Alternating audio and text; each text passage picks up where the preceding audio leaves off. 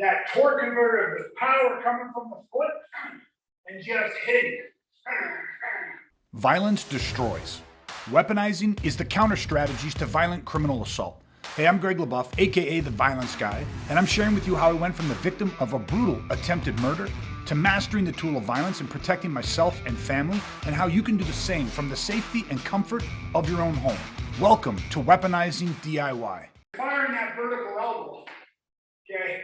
Again, straight line from the elbow to the person's face is bent over a little bit, but you gotta have that torque converter, the power coming from the foot, and just hitting it. Just a tip of the elbow and ballistic hits and recoils. So even when you move forward, when you push, see if I pause it a bit, the hip has to, and then it just recoils, okay? So you want to have that hit and recoils, hit and recoils.